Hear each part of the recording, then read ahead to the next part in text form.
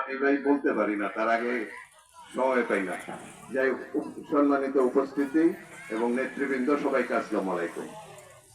আমি কয়েকটি জরুরি কথা বলতে চাই।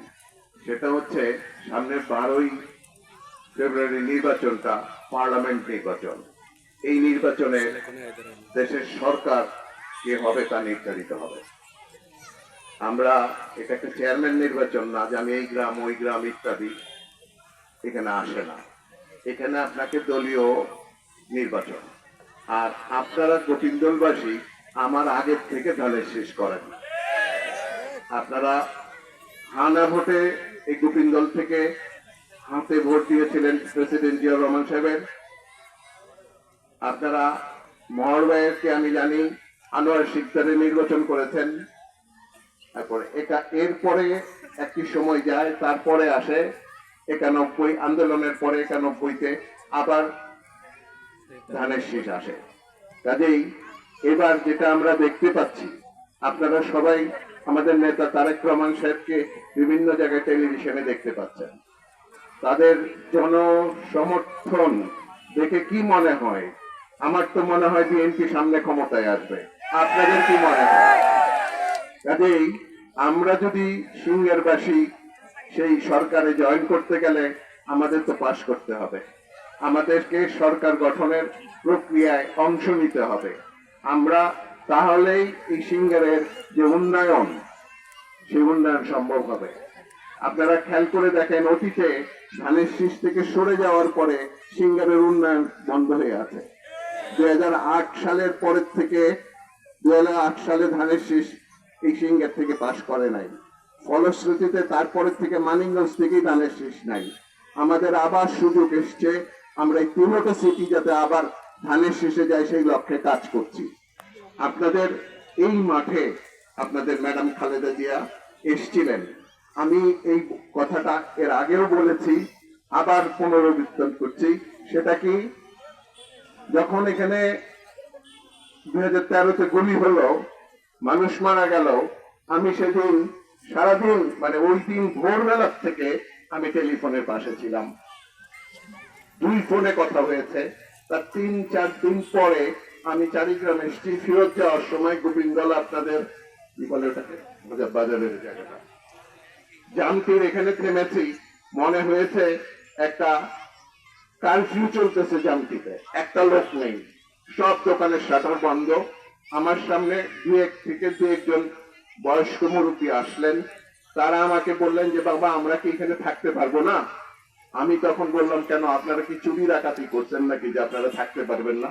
এটা আপনাদের বাড়ি, এটা আপনাদের গ্রাম, আপনারা ফেরত আসেন। আমি তাদের সাহস জোগালাম এবং তখন পুলিশ সামনে বসা ছিল এবং আমি পুলিশকে যাওয়ার সময় বলেছি যে তুমি গোবিন্দল গ্রামের লোককে প্রোটেকশন দাও, তুমি অন্য রাস্তায় যেও না। এই জায়গায় দাঁড়িয়ে ম্যাডাম খালেদা জিয়া, মরহুম ম্যাডাম খালেদা জিয়া, এই আপনাদের গোবিন্দলবাসীর গুলির বিচার হবে বলে গেছে। আপনারা কি সে বিচার চান?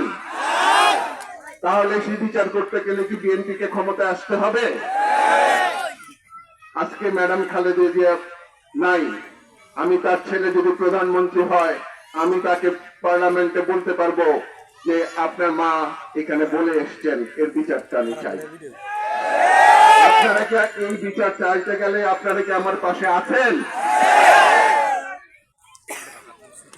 অনেক কথা অন্যান্য বিএনপি যে দাবি দাবা করলেন, সামনের শাসন ব্যবস্থা কি হবে, আপনাদের বিএনপি আসলে তারেক রহমান সাহেব যে বলেছেন আই হ্যাভ এ প্ল্যান, সেই প্ল্যানের অনেক কিছু আমি বলতে চাচ্ছিলাম, কিন্তু আমার মনে হয় না সময় কোলাবে। তবু একটু শুধু বলি যে বিএনপি যদি ক্ষমতায় আসে, তাহলে এই যে আমার মা বোনরা আছেন, এই মা বোনদের সুবিধার জন্য, তাদের অবস্থা ফেরানোর জন্য প্রতিটি পরিবারে একটি করে ফ্যামিলি কার্ড দেওয়া হবে। সে ফ্যামিলি কার্ডে কি আছে? সে ফ্যামিলি কার্ডে একটি মাসিক ভাতা পাবে। সে টাকাটা আমরা পুরুষরা পাবো না, এটা আমার মা বোনদের হাতে যাবে। এই ফ্যামিলি কার্ডে বাড়ির কর্তার ছবি থাকবে না, এই ফ্যামিলি কার্ডে ছবি থাকবে আমার মা বোনদের, যে যারা বাড়িতে যারা গৃহিণী, তাদের ছবি থাকবে। এবং তারাই এই টাকাটা ড্র করতে পারবে। মাসে 2 থেকে 2,500 টাকা অথবা সম পরিমাণ চাল, তেল ইত্যাদি ব্যবস্থা। অনুরূপ ভাবে আমরা যারা কৃষি কাজ করি, কৃষক ভাইদের জন্য যে কৃষি কার্ড, এই কৃষি কার্ড আসলে এই কৃষি কার্ডে অনেক বিষয় আছে। সেই কৃষি কার্ডে আপনি কি প্রান্তিক কৃষক, আপনি কি মধ্যম কৃষক, আপনি কি ফসল চাষ করেন, কোন ফসল আপনার কি কি সার প্রয়োজন ইত্যাদি সমস্ত কিছু এই কৃষি কার্ডে লিপিবদ্ধ থাকবে। আর আমরা এই কার্ড যারা হোল্ডার হবেন, তারা কি পাবে? ন্যায্য মূল্যে সার, কীট, বীজ, কীটনাশক, সরকারি ভর্তুকি প্রণোদনা, স্বল্প মূল্যে কৃষি যন্ত্রপাতি, স্বল্প ব্যয় সেচ সুবিধা, সহজ শর্তে কৃষি ঋণ, কৃষি বীমা সুবিধা, ন্যায্য মূল্যে কৃষি পণ্য বিক্রয়ের সুবিধা ইত্যাদি বিভিন্ন বিষয় এই কৃষি কার্ডে থাকবে। অনুরূপ ভাবে প্রতিটা মসজিদের ইমাম সাহেব এবং মুয়াজ্জিন সাহেবের জন্য একটি মাসিক সম্মানী ভাতা আসতেছে। এতে ওনাদের আবার দেবে, কি বলে, উৎসব বোনাস, উৎসবে তাদের প্রণোদনা এগুলো থাকবে। আমাদের শিক্ষার কথা আপনাদের এখানে বক্তারা দিয়ে একজন বলছেন, আপনাদের শিক্ষাতে কেমন পরিবর্তন বিএনপি প্ল্যানের মধ্যে আনতে চাচ্ছে এবং খেলাধুলার মান উন্নয়ন ইত্যাদি বিভিন্ন বিষয় নিয়ে এর আগে আপনারা শুনেছেন আমাদের 31 দফা, যে 31 দফা থেকে এই প্ল্যান আরো বিশদ ভাবে আছে। তো এই সব কিছু করার শর্ত একটাই, আমাদের ধানের শীষকে নিয়ে যেতে হবে। আমার মনে হয় যে আমার জানা মতে আমি যখন উপনির্বাচনে এসেছি, 96 নির্বাচন করেছি, 2001-এ বাবার নির্বাচন করেছি, 91-তে নির্বাচন করেছি। শুধু 91-তে এই মাঠে আপনার নির্বাচনী জনসভা করতে হয়েছিল।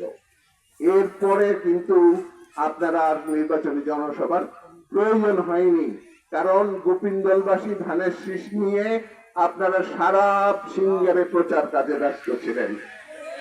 আমরা আবার একবার এখন জনসভা করতে হলো। বিরাট 17টি বছর মাঝখানে নাই।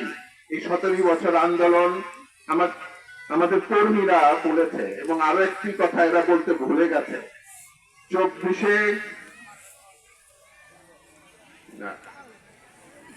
13 সালে ইটাজেরে কিসে গেলাম 18, এই যে গুলি হলো ঢাকাতে 28 অক্টোবর ঢাকাতে যে আন্দোলন হচ্ছে, আমি ওখানে ছিলাম, সাথে আমাদের সিঙ্গার কর্মীরা ছিল।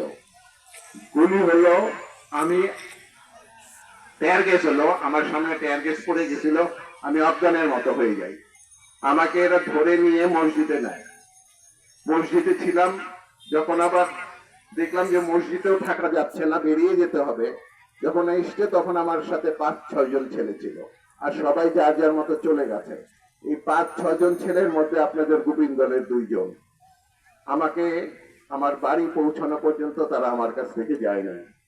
কাজে এই গোবিন্দলের এই ঋণ তো আমাকে শোধ করতে হবে রে ভাই, আমাকে সে সুযোগটা দেন। আমরা গোবিন্দল ধানের শীষের জায়গা, এটা বিএনপির সমস্ত পর্যায়ে নেতৃবৃন্দরা জানেন আপনাদের, যে গোবিন্দল মানেই ধানের শীষ।